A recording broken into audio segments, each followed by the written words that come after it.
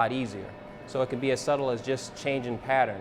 It's usually more exertion related either way, whether it's a man or a woman, where you're getting chest discomfort, chest tightness, heaviness, but it's going to be more when you're exerting the heart. That goes away when you stop exerting the heart. Thank you.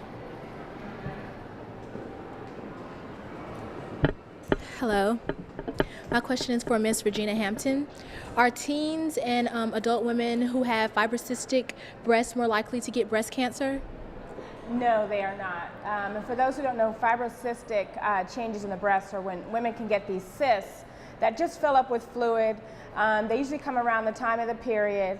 They usually can last for a lifetime. They can run in families, but these women are not at any increased risk for breast cancer. It is a little more difficult to find a breast cancer just because there's so much going on in those breasts. And in those women, I really encourage them to start breast exams early and to really get to know what their normal lumps feel like. So if there's something abnormal, it's going to feel different and you're going to be in tune with your body and be able to pick up the change and let your doctor know. Okay. Is there an age that's too early to get a mammogram? No, it's going to depend on what's going on with the woman. If there was breast cancer early, like women in that particular family that had breast cancer in their 30s or 40s, then the women in those families are going to start their screening a lot early, sometimes in their 20s and even 30s. Thank you. Hello, my name is Maxine Worthy. My question is for Yusef. I've always exercised, and I've been told that because my family is fairly large, that I'm expected to be that way. I'm expected to have large bones, and I don't quite believe that. But I've noticed that since I've turned 40 several years ago, that it's harder for me to lose weight. I'm exercising. I've increased my exercises. I'm eating 6 small meals a day to include vegetables and fruit. I don't eat any red meat, but I'm still maintaining this size. Well, first of all, I want to tell you there's a lot of hope. I mean, we're as an exercise physiologist, we're plateau breakers. So we can come up with thousands of different ways to break a plateau so your results still flow. Now, you said one thing that was very good, eating 6 meals a day. I always recommend release your defense mechanisms, first of all, which means that there's natural things that will just stifle you losing that body fat. And number one is starving yourself or having too many hours between meals. Your body will turn those defense alarms on. Another one is skipping breakfast in the morning, making sure that you get that early breakfast and start those 6 meals early. Another one is drink water. Drink water throughout the day. That excess water there is the chemical background that you need for all your chemical reactions in the body, including fat burning. You don't want to slow that process that way either. Strength training. One thing that people often do not do is strength train. A lot of people that do cardio. I'll do cardio now and I'll wait till I lose weight, then I'll add the strength training. Well, strength training will be your mechanism to speed things up. A lot of times your cardio will burn more calories, but your strength training doesn't burn a whole lot of calories when you do it unless you do circuit training or something like that. But it does create the new muscle that you can also then utilize to help burn more fat in the future.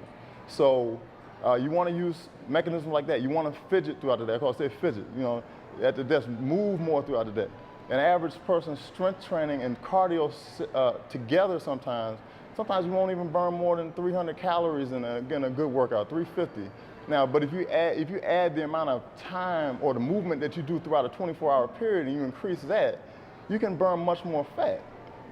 And then another thing to remember is try to utilize intervals as cardio. Now, in the beginning when you start doing cardio, you want to do like steady state. You want to sort of meet the general standards, 30 minutes a day at a nice even pace that you do the talk test. You want to go at a pace where you feel like you can still talk, but it's a little challenging.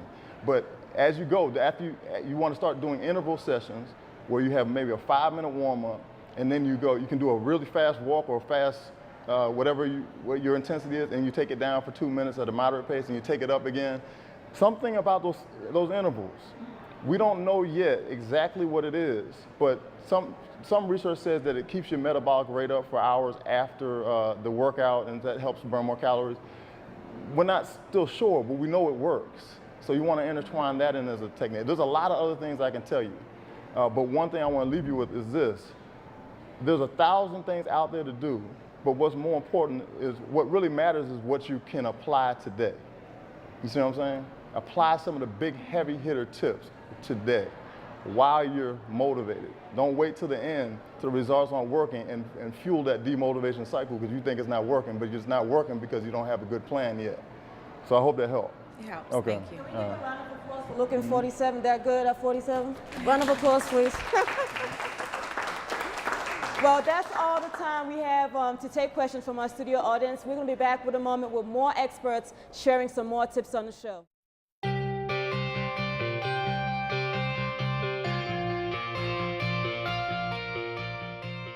One thing that we really like to do at Sport and Spine Rehab is take a look and see exactly how patients move and try to use that as a window to see how they move in their daily lives, or in this case, in sport. One of the things we were looking at today with this health fair was ACL prevention.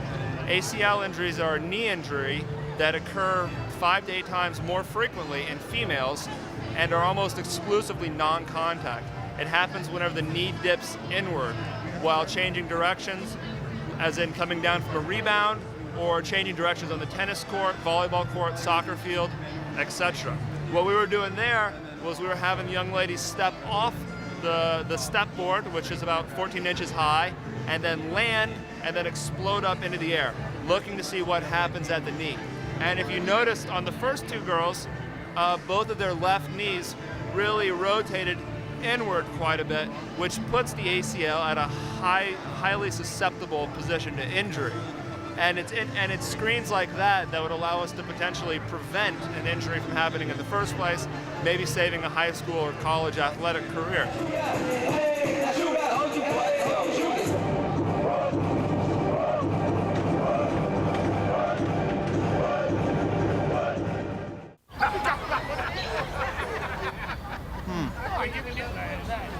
Two kings, 2 jacks. Nice hand. 220. We've got a polyp at City Park. 220, we're on it. You never know when a colon polyp is going to show up. Into the diaphragm. Get the polyp early and stop colon cancer before it starts. Don't wait for symptoms. Get the test. Get the polyp. You hate me because I'm a player. Get the cure.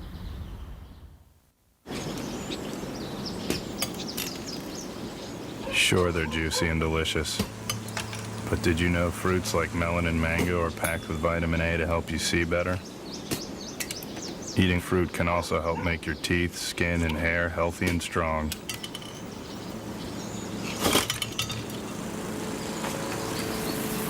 Can your food do that? Run, throw, think, eat better. Find out more at smallstep.gov. I wish I could go back.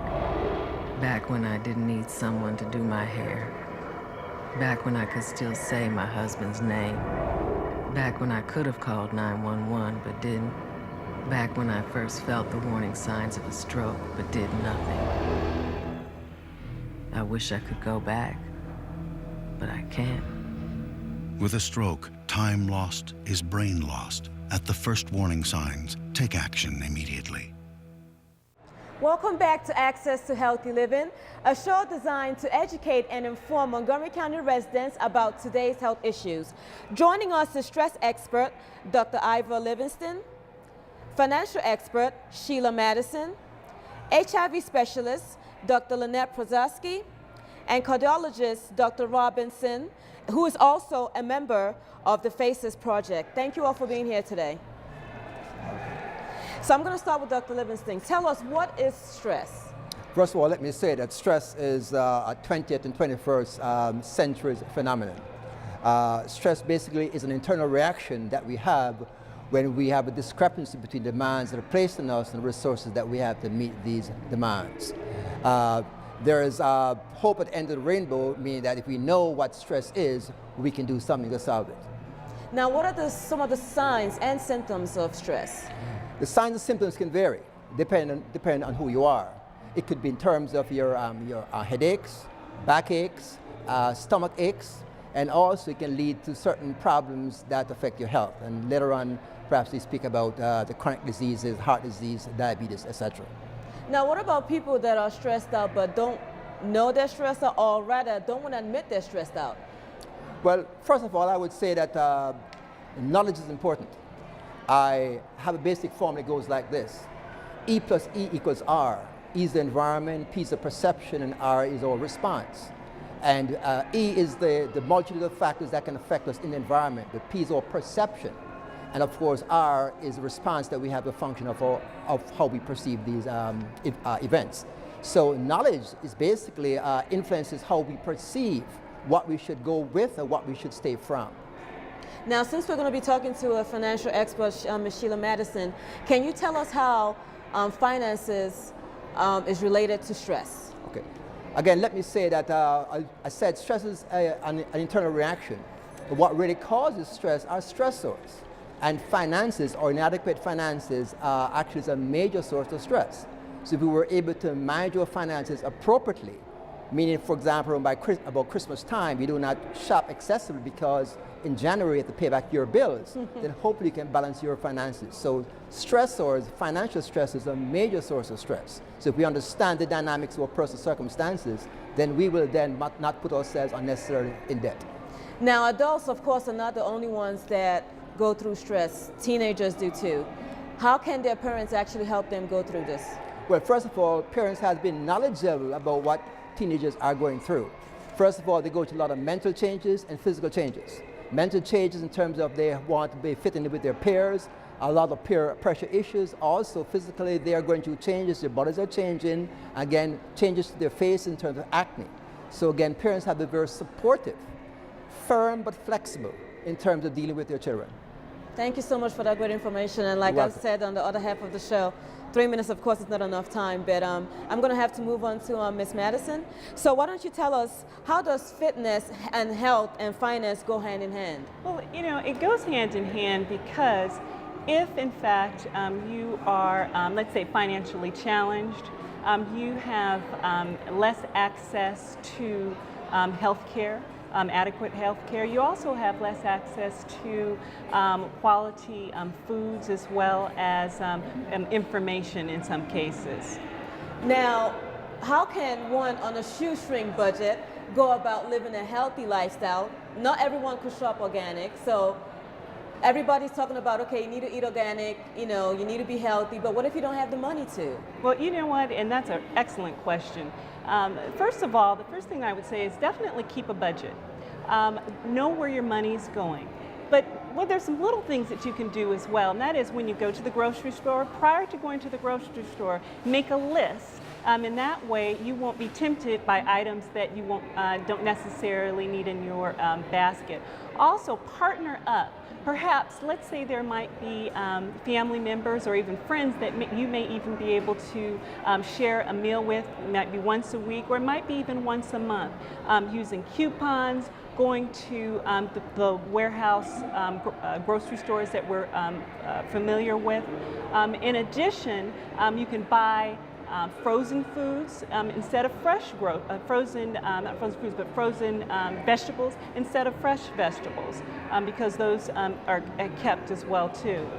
In addition, take your lunch to work. When you take your lunch to work, you'd be amazed on how much you can save weekly and as well as for the month as well. And do you know any stores or place? Well, first of all, before we even get to that, gym membership. How can one save on gym membership? Well, I would ask people to contact or find out in their communities where are the community recreation centers. Those typically are a little bit less than the gyms, and they offer basic exercise equipment that you might need. Don't be afraid also to ask your human resources provider at your where you work.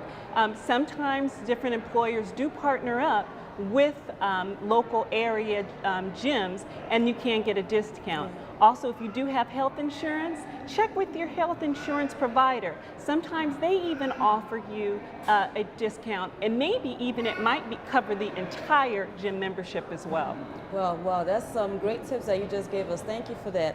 Now, Dr. Posorske, I'm going to ask you a few questions about HIV and AIDS. Is there a difference between HIV and AIDS? Yes, there definitely is, and thank you very much for asking that. HIV infection is caused by the HIV virus, and once the virus is actually taken root in your body and is actively replicating, you are HIV positive, but that does not mean you have AIDS. AIDS is actually a relatively technical definition, and you get there by one of two ways. You either have one of a fairly select list of specific infections or specific malignancies, which are entitled opportunistic infections or AIDS-related cancers or malignancies, or you can have a T cell count or CD4 count below 200, because once you cross that 200 barrier, you are at significantly increased risk for this list of infections or malignancies. And how is HIV transmitted? In this day and age, pretty much through sexual contact, or when there's blood transmission, it's generally through shared needles, because the blood supply these days is screened. Occasionally, I will see healthcare workers who have had some type of percutaneous exposure as a result of a needle stick, but the vast majority is sexual transmission. And who should actually get tested? Thank you so much for asking that. This is one of our office mantras. Everyone should get tested. The vast majority of my 500 or so patients, to look at them walking down the street, you would not know they were positive. Now, as we all know, HIV/AIDS is a problem here in the Washington, D.C. area. You talk to young people, they say they've heard what you're saying, we're going to take precaution next time, as well as adults, but we don't. So what can we as a community or individuals do to actually fight this health crisis? Two things. Number one, I think it's time to get rid of all of the late 1980s stereotypes, which are pretty much drug addicts dying in the cellar and very wasted-looking white gay men dying of HIV. The disease has long since moved out of this very gloomy picture where everyone dies, and it's moved into a much broader swath of the population.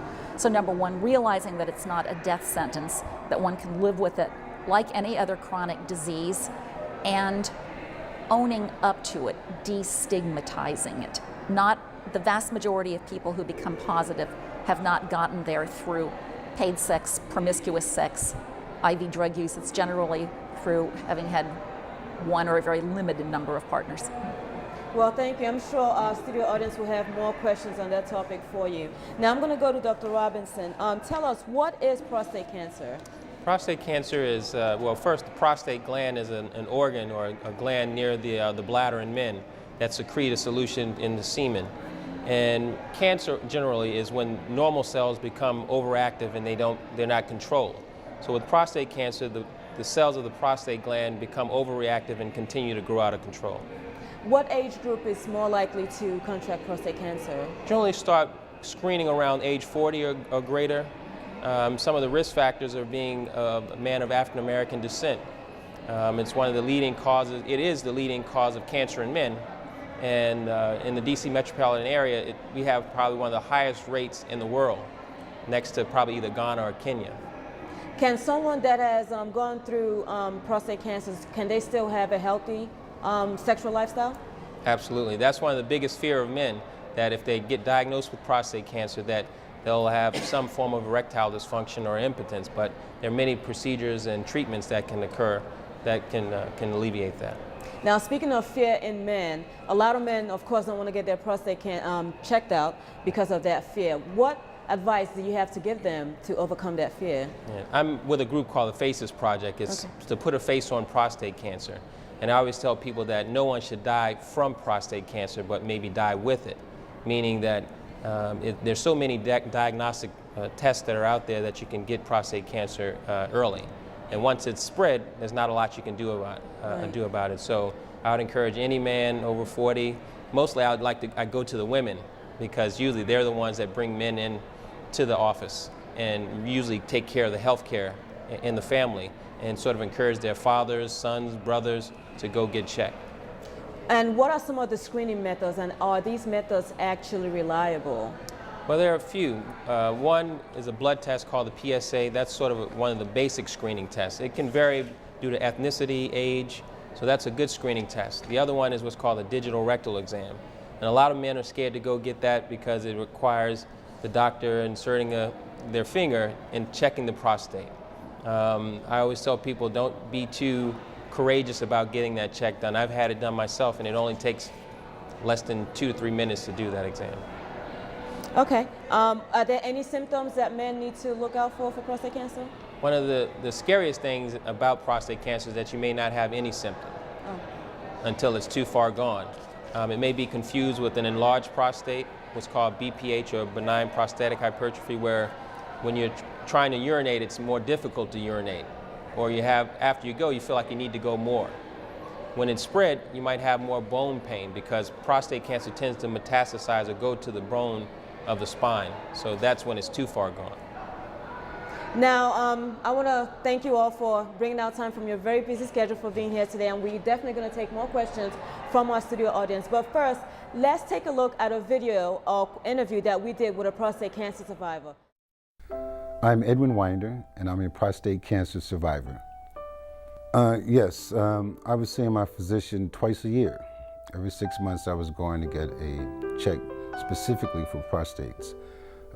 There was history in the family. My grandfather passed at 97, but I died at 97, you know. So on my second visit is when we discovered that we had a problem. I didn't have any infrequent incontinence or frequent urination, getting up late, any things that people try to associate with that because it's the same thing if I had a bad bladder or something, but I had no symptoms, no pains, nothing. The uncomfortable concept of the digital rectal exam, as it's called, and that's using, can I do a finger sign like this here? It's like this, and I think that's more the fear of the reluctance to do the exam. The other thing I think is people are afraid of knowing something is wrong. It's like, it's not just for men, but anybody. I don't want to know what's wrong with me. You know, I think it's going to die from it, so I think that's more of an issue. Just educating them on the fact that it's a necessity. If you understand the concept of prostate cancer, is that it's the only organ in the male body that consistently grows. It's not like your lung, kidneys, or other parts that grow to a certain size and stops. The prostate may start off as a walnut size when you're early ages, then it may grow to the size of an apricot, and then sometimes when around age 6 or so, it can get as large as a lemon, which causes sometimes what's called a BHP, which is the enlargement of prostate enlargements, which can be treated more so like diets or some kind of pill they have that you can take to help reduce the enlargement, which is not cancerous. But for those who are not as fortunate and get the cancer portion of it, then that's where surgeries or some type of form of radiation or Cs are necessary. Studies have shown, just as any other illnesses that we have, whether it's prostate cancer, women with breast cancer, or anything else, is that your diet does play a part in that. As far as men preventing other things you could do is, again, yes, eat healthy, but constant checkup, man. But healthy eating is key. I think the longest portion of recovery may be trying to learn how to urinate all over again, controlling that type of thing. You understand that once they remove the prostate, the nerve bundle that has the urethra and so forth connected to it has to completely heal, and the fixture that closes that up so the urine doesn't leak back, that muscle has to be re-strengthened, re-exercised. So that took a period. That was a long ordeal. I think that's it's very important that you have that support. And matter of fact, that was also one of the reasons I hesitated. When I first found out was on December the 20th, when we got the word back from the doctor that it was malignant. And being so close to Christmas, I didn't want to tell nobody. And so it was not until mid-January when I finally told my family. Again, out of natural instinct that people do, when I find you sick or something's wrong, you get that sympathetic, oh, something's wrong with my friend, oh, you may die, woo, woo, woo. And I didn't want to hear that. Nobody needs to hear that portion. I think, as I explained to my family, unless you see me drastically change in my health, I get too weak to do things, then treat me normally. Treat me as if nothing is wrong, because I'm not accepting this problem.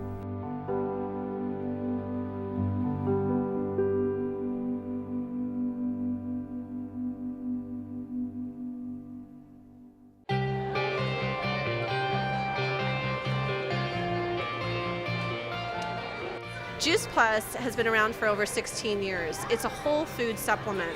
We actually take 17 fruits, vegetables, and grains. They're vine ripened, picked, juiced, and dried. And the powder is then put into capsule, chewable, and gummy form. So it's a way to get that everyday nutrition that we need in a very convenient way. And our studies have shown that it gets into the blood system, it increases the antioxidant levels in the blood, it decreases homocysteine or acid levels in the blood. It actually helps with circulation, improves immune system. For myself personally, I'm asthmatic, and I was on medication, several months, if not the entire year, for my asthma. And I started on Juice Plus about 3 years ago, and for the past 2 years, I have not been on any prescription medication.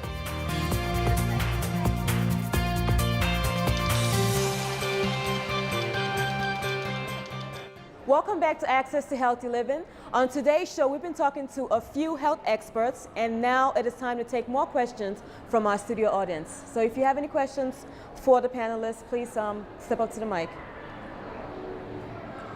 This is a prostate question. Are there any things that men can do to help prevent prostate cancer, such as exercise? Well, that's a good question. There are some studies that think that something called lycopene that's found in tomatoes and other related products can help decrease the amount of inflammation in it. But overall, a healthy lifestyle can help with many of the cancers, colon cancer, prostate cancer. So more of a high fiber diet may help out. More things with more antioxidant like berries, fruits, those kind of things through juices or the actual fruits themselves. Thank you very much.